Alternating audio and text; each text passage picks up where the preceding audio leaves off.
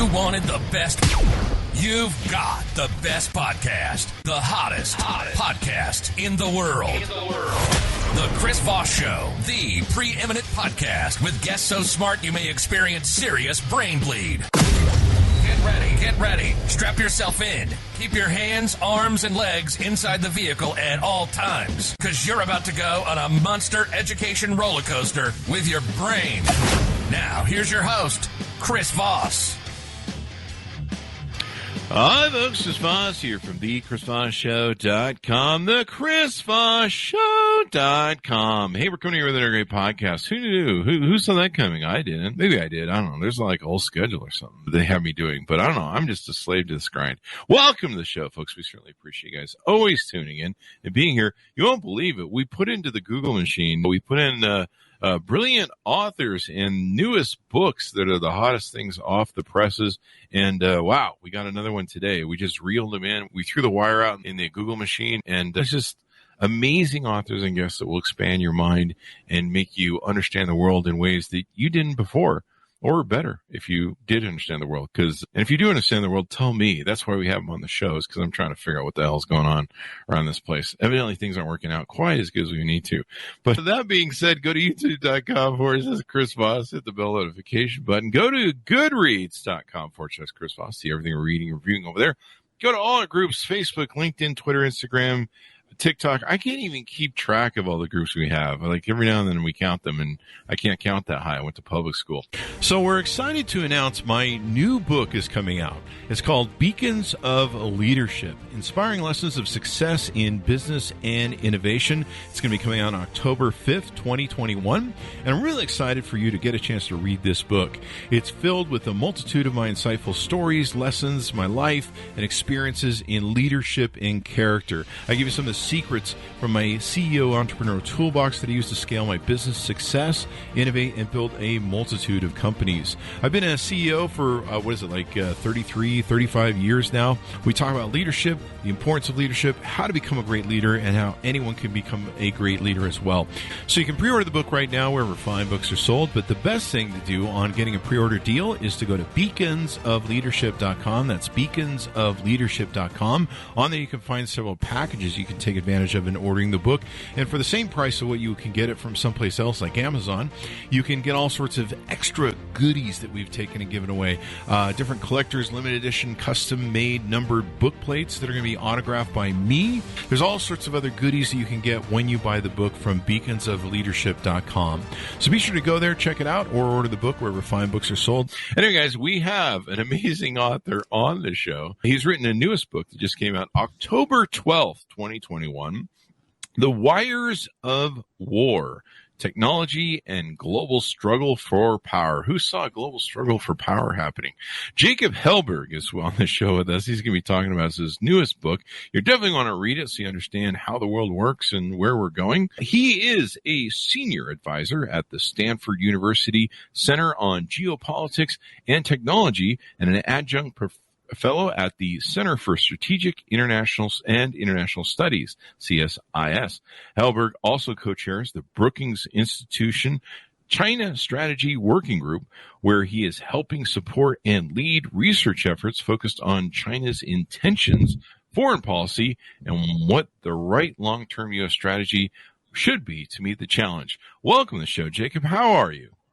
Doing well. Thanks for having me on. Awesome sauce. This is really great. I love these discussions because a lot of people don't pay attention to these things, and they need to, because it's definitely the future is going to be the future, and we need to know what cometh.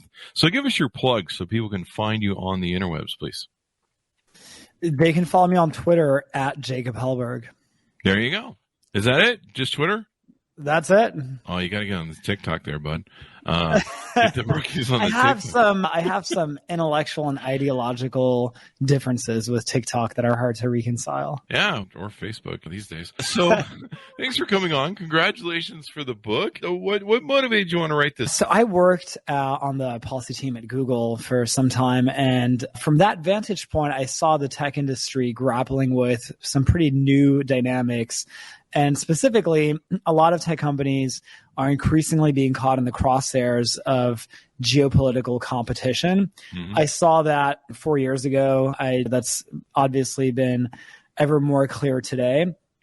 Ultimately, one of the things that was deeply concerning to me is the ways in which foreign autocratic governments are using our everyday technologies to export autocracy around the world. For me, this is really personal as the grandson of 2 Holocaust survivors. Oh, wow. I've seen my grandparents wear serial numbers on their forearm their whole lives. And to me, that was such a deep reminder of how wrong things can go when autocracies are left unchecked. And obviously, I felt very passionate about writing a book on a topic that I thought was hugely important to avoid history from repeating itself. Yeah, we almost got one on January 6th, too. And that's really important. You see what's going on with the Uyghurs in China, and it's almost like another genocide. Yeah, the Uyghur population has plummeted in China. By some estimates, estimate the drop in population to be over 60%. And Wow. The public reporting on this has been truly phenomenal. But obviously, there's been Uyghur, reports of the Chinese government using technology, specifically facial recognition, to identify Uyghur women of childbearing age, capture them, shave their heads, send them off to re-education camps where evidently part of their re-education includes forced sterilization, sometimes mass rape, incredibly barbaric, sinister things that obviously, as a country, I think 20 years ago, at the very dawn of the 21st century, I think we had all assumed that we had sunsetted the days where we would be talking about genocide taking place in an industrialized power. But unfortunately, here we are. Yeah. It's really interesting. So give us an overall arcing view of the book, if you would, please. So the basic arc of the book discusses how China has been in a gray war with the United States for several years now, and Washington, on a rare show of bipartisan consensus, has largely accepted that challenge. As I talk about in the book, the gray war has primarily taken place on 2 fronts. There's the front end of the war and the back end of the war. On the front end, that part of the gray war has primarily been information that users see on the surface of their screen. A key manifestation of that has been what a lot of people have seen written about in the press related to information operations. So obviously, Russia in 2016 was the first mover in that space, but since then, Saudi Arabia, Iran, and China have all become major players in that space. Obviously, China is now a top-tier player in that space that has a lot of different state-sponsored news outlets that push very aggressively narratives to discredit democracy and discredit the U.S. government. And then there's the back end of the war, which basically refers to the physical infrastructure of the internet that is, and the reason that the book talks about and makes the case that the decisive front of the war is the back end physical infrastructure of the internet is that if you control the guts of the internet, the wires, the antennas, the satellites, you can control and compromise everything that runs on top of it. On the back end front, the only 2 players in that space are the US and China, because they are the only 2 players that have the hardware, companies, and expertise to be major players in that space. China has a civil military doctrine that basically fuses together its private companies with its government, which means that Huawei and ZTE, which make back-end information infrastructure, can be used and leveraged as instruments of the Chinese state, which is obviously an enormous risk for the personal privacy, civil liberties, and protection of intellectual properties of American citizens and American companies. Mm-hmm. Yeah, we saw that with the Huawei issues with the presidency, the government, and concerns of ZTE, of course, concerns with that, and a lot of other things where they control their own internet. We just saw LinkedIn get into a kerfuffle over how they had to adjust their systems, and then some of the Hong Kong stuff. Yeah, absolutely. There was a study conducted by a Dutch telecom called KPN that ran an analysis in the early 2010s of Huawei equipment, and they came to the conclusion overwhelmingly that Huawei, the company, had access to everything that ran across its network, including cell phone numbers that people were dialing and making phone calls to, include conversations of members of the Dutch government, and so on. And so ultimately that study remained confidential until just the last few months when the revelations became public. But the findings were shocking, but they shouldn't be surprising because it only reinforced what the U.S. intelligence community has already been saying for several years, which is that these companies pose a very real and present danger to U.S. national security for all of the reasons that we just enumerated. Mm-hmm. And then Silicon Valley plays into a lot of this. The title of your book, The Wires of War. So a lot of this is software and decision making, and China has their own rules, and I know Russia can control their internet, or at least I think they control some of it. I don't know how that works. I'll leave it to you to tell me. The Chinese government has basically created what I describe as a techno bloc, is their own version of a centralized internet that is diametrically opposed to our decentralized internet. So we have companies that run the day-to-day of our internet environment in a way that's mostly decentralized in terms of the government doesn't have control of them. We have a variety of different players in this space. People, everyday internet users, can mostly basically say whatever they want online if it's not illegal. In China, you have a very different paradigm where the government has passed very strict content moderation rules that basically require Chinese internet companies to do things like censor Winnie the Pooh or censor maps that show Taiwan as being an independent territory, or that even just promote content, they restrict content that paints democracy or in a flattering light in any way, shape, or form. So China has between 2 and 3 million employees, known as the 50-cent army, whose job it is to basically monitor and censor the Chinese online information environment. We have nothing of the sort, obviously, in the West, thankfully. And so it's a very different internet paradigm. And as I talk about in the book, I think 15 years ago, a lot of the debate was about, is the internet open or closed? I think today the paradigm has shifted to a debate that's more about, is the internet democratic or authoritarian? Because the internet is starting to look more like the physical world. Even in the West, we have rules. Germany passed a hate speech law. You're seeing a GDPR. California passed a privacy law. So you're seeing the internet start to look more like the physical world. And the result is that it's not that the internet is totally lawless or ungoverned, but the question is it democratic? And are the rules democratic? Are they the results of a process where you have a legislature, an independent judiciary, a press that can scrutinize them? Or are they authoritarian, which basically means that they're the result of the wishes of a single person and without any kind of judicial or journalistic accountability? I think you can say they certainly have contributed to autocracy around the world. At least I'll leave that to you to tell me. But we've seen the rise. And it's interesting. We're having this discussion right now. For those who may be watching this in the future years from now, Facebook is getting a huge blowback, and they've had a huge dump of documents. I think there's been 17 news organizations working on just unraveling just these thousands or hundreds of thousands, I don't know how much it is, of pages and stuff that have been whistleblown. And we're finding out that they've known evil they've been up to in Miramar and everything else all these years. And they've been very aware of what's going on, basically gaslighting all this time. Like, nothing to see here. They're like, bap, bap, bap. Nothing to see here. Everything's whatever. But you see the rise of autocracy. And so a lot of it, the manipulations around who put Trump into power. And I'm forgetting the software company that scraped, Banna's software company that scraped Facebook contacts, and then they used it and abused it.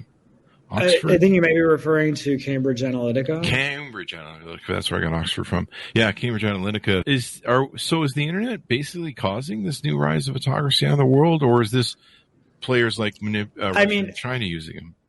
Autocracy has been around before the internet came into existence. In a way, autocracy is the oldest form of government. So it's been around before even democracy even existed. China has been Freedom House, which is obviously has been publishing excellent documentation and research on what foreign policy experts call the 15-year-long democratic recession that we've been in, basically referring to the fact that democracies have been retreating for 15 years in a row now around the world, has documented very clearly that China has been very intent on exporting autocracy around the world. So that's not to say that activities that Facebook or other tech companies have been engaged in are questionable, deserve scrutiny, that some of the statements or actions of some employees that those companies could be reprehensible. I think it's important to lose sight that even if all those things are true, we are living in a system where we can have these open conversations and scrutinize all of that in a free environment. And I think that is very qualitatively very different than the kind of system where everything you do and say is done under Big Brother watching you over your shoulder. So, for example, China has obviously been exporting its CCTV companies abroad, trying to basically bribe foreign autocrats by saying, we'll help you build your infrastructure, we're going to install these CCTV cameras, and you're going to be able to control your people so much more effectively thanks to all these new technology systems that we've refined in China. And obviously, it's a Trojan horse because China has access to all the data, which is partly why they're doing it, but they're also doing it because they want to embolden and inflame autocracy around the world, because the more autocratic the world is, the safer it is for the CCP. Wow, man. That is crazy, man. And soon how soon before they become the biggest economy in the world? They're already the biggest in terms of purchasing power, PPP. They still have a ways to go when it comes to nominal GDP, which obviously matters quite a bit because you don't buy oil domestically, you buy it on an international market, and nominal dollars is what counts for that. And the point is that they're on a path where they think that they are inevitably going to overtake the US, and they want us to believe that we are in irreversible decline because they want us demoralized. And ultimately, if we're demoralized, they're hoping that to invite inaction on the part of the US. The last thing that they want is for Americans to believe that this context is going to be, that the contest between our two countries is going to be close. Because if we think that it's close, we're going to act very aggressively to compete, and they don't want that. And so that's why in the early days of the Sino-American competition, the narrative that they were pushing was that, yeah, they were growing really fast, but we shouldn't worry about them because so much of their population is still rural and poor, and we don't have to worry about them being such a powerful country because they're still overwhelmingly a developing country. Now, what the predominant narrative that they're pushing is they are on this unstoppable path to overtaking us, and therefore don't even try to contain us because that'll be futile. You might as well try to just accommodate our rise. Both narratives are contradictory, but they converge over the basic message that the U.S. should do nothing. And in reality, it's a close contest. The U.S. has a lot of advantages over China. China's primary advantage over the U.S. is that it has a lot of people. It's 1.4 billion people. But ultimately, as I talk about in the book, the reason that the U.S. can actually win this contest is because it's not just a competition between two countries.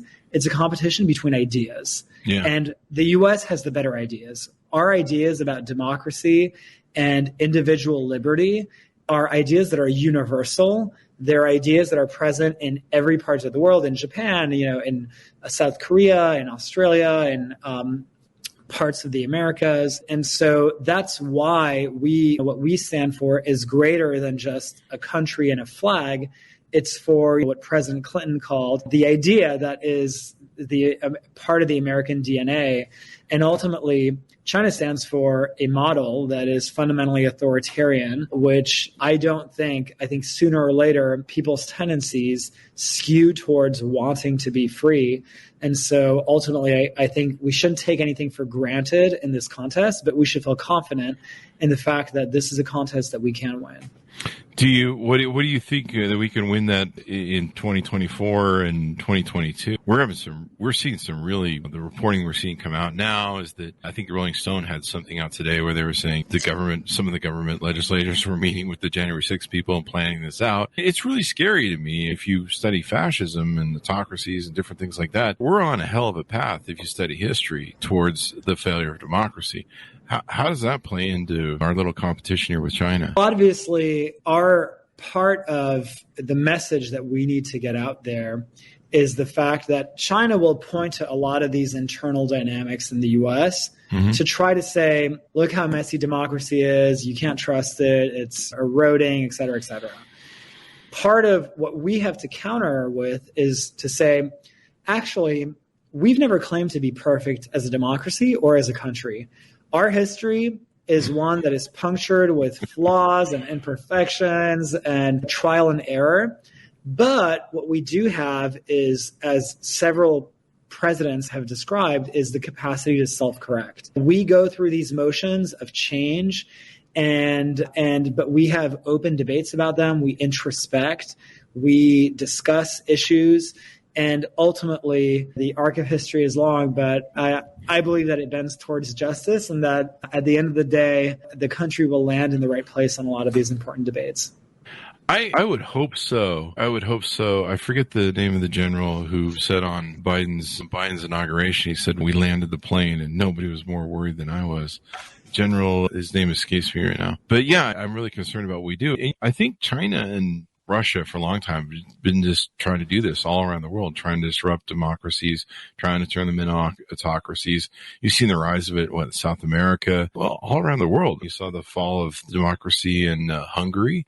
And yeah, you almost have to wonder where we're going. What are some other aspects of the book you want to tease out to readers to encourage them to buy the book? There are a few different aspects. The first is one of the things that I've become very passionate about is the fact that it's incredibly important for our technology community and our policymaking community to work much more collaboratively to solve a lot of the important challenges that our country faces, particularly in the area of technological competition. One of the blockers and the challenges that we've had over recent years is what I call the rift between the hill and the valley. And in the book, I basically go into a lot of detail discussing why we have that rift. It's generational, it's cultural. The average age of an employee at Google and Apple is in their early 30s, 31 and 32. The average age in the Senate is 63. These are obviously people that came of age through very different life experiences. They view technology very differently. They have very different approaches to risk taking. They see the internet very differently. A lot of young people see it as this borderless place. Policymakers don't always view it that way. And ultimately, there's a very profound cultural gap where in Silicon Valley is a very horizontal, unstructured, flat place that has a culture of moving really fast. Washington moves really slowly, is very hierarchical. People tout their 30 years of experience working on X. And so it's just the culture is profoundly different. But ultimately, both communities play an essential role for the country. Mm-hmm. And so finding a way for both of those communities to work together around solving hard problems is incredibly important for the future of the country. And the last point that I'd like to touch upon is the point that I talked about earlier, which is the fact that in the foreign policy community, I think there's been too much of a tendency to go from denial, meaning, denying that there's a problem with China that needs to be addressed and reckoned with, to despair, where now there's just so much defeatism out there. And ultimately, I think it's incredibly important for people to take a deep breath and appreciate the fact that that the competition between the US and China is about more than just a competition for raw resources, but there is an ideological component to it, which is why for us, we have been able to be so fortunate to get support from so many allies because we stand for something that's greater than just ourselves. The CCP is about power for the CCP. For us, it's about life, liberty, and the pursuit of happiness, as is proclaimed in our Declaration of Independence. And it's an aspirational idea that a lot of people around the world can relate to. And that's ultimately our key to winning this competition with China. I hope so. It's how we beat the USSR, right? Absolutely. I mean, yeah. I used to talk about this when I first became an entrepreneur, where it's that, like you said, the competition for ideas, the freedom to do whatever, and it basically inspires the human spirit. Its very core, really, when it comes down to it. And it was General Mark Milley was who I was thinking of, who was really concerned about our democracy and landing the plane, as he called it. So I hope we do. This country has been filled with a lot of despair and got really dark there for 4 years. And like you mentioned earlier, I think Obama's quote got me through a lot of it. Sometimes this country zigs and sometimes it zags, and hopefully it zags back. But yeah, I hope maybe more Americans just need to read your book and realize how the enemies aren't inside or within us, although there are some, but the enemies are definitely outside of us. They're trying to destroy us. And maybe we need to embrace the American ideal. I had somebody write on one of my comments the other day that the Bill of Rights was more important than the Constitution. And maybe more people need to read the Constitution. That might be really read the Constitution. I was like, dude, do you understand the Bill of Rights can't be the Bill of Rights? It's built on the Constitution. Do you understand the parent? Like this, we really have an education problem in this country, but there are certain states that really enjoy that. Anyway, anything more you want to plug out on the book, Jacob? The last point that I want to add is, obviously, I think it's so important for us to stress when we have conversations, China, Russia, and a lot of these external players that we talk about doing nefarious things around the world. I think it's so important to emphasize that ultimately everything that I discuss in this conversation and in the book is really a political matter between governments, and in no way is about casting judgment on the Chinese people or the Russian people. And in the US, we've been so fortunate to have Chinese and Russian diaspora that has enriched our lives and contributed so much to the United States. And ultimately, I think that's part of what makes our model better is we have a model of society by virtue of being a democracy that is welcoming to you're tired, you're hungry, or in the words of Lazarus. And so I think it's important to stress that so that people don't conflate discussions about geopolitical competition with and don't get the wrong message with respect to potential prejudices that are out there. Yeah, I think there was when I grew up under the USSR era. That's how old I am. So I grew up hiding under the desk from nuclear bombs because those old steel desks they made in the 50s could, you could survive nuclear blast really in school. That's what I was taught, or there's some sort of thing. I think it's like a Fight Club scene from when they're in the airplane. They show the people as docile cows curled up. They'll be safe if they just breathe in the oxygen mask. With the Russian thing, I think I lost my component with my segues there. So I totally went off, but there actually was something really good at the end of that road, but we forked it and now we're on a different thing. But Jacob, I certainly appreciate you coming on the show. It'll come back. Thanks for having me. Thanks for coming. We certainly appreciate it. Congratulations on the new book. Everyone should pick it up. Go pick up the new book, guys. Oh, give me your plugs if you would one more time, Jacob. It's at Jacob Helberg. There you go. Pick up the new book, October 12th, 2021, The Wires of War, Technology and the Global Struggle for Power. And I think one thing I really got out of this is, as Americans, we really need to realize that these guys are still our enemies, not the people, but the ideology. And we need to realize they're trying to destroy us, and discourage us and put us down. So maybe we need to get educated and not so much turn against each other. And that's what American used to be. I think that's what they've been focused on is getting us to collapse from the inside out as opposed to the old style of war. Anyway, thanks, Jacob, for being on the show. Thanks for tuning in. Go to youtube.com/Chris Voss. Hit the bell notification button. Goodreads.com/Chris Voss. And all our groups on Facebook, LinkedIn, Twitter, and all those different places. Thanks for tuning in, and we'll see you guys next time.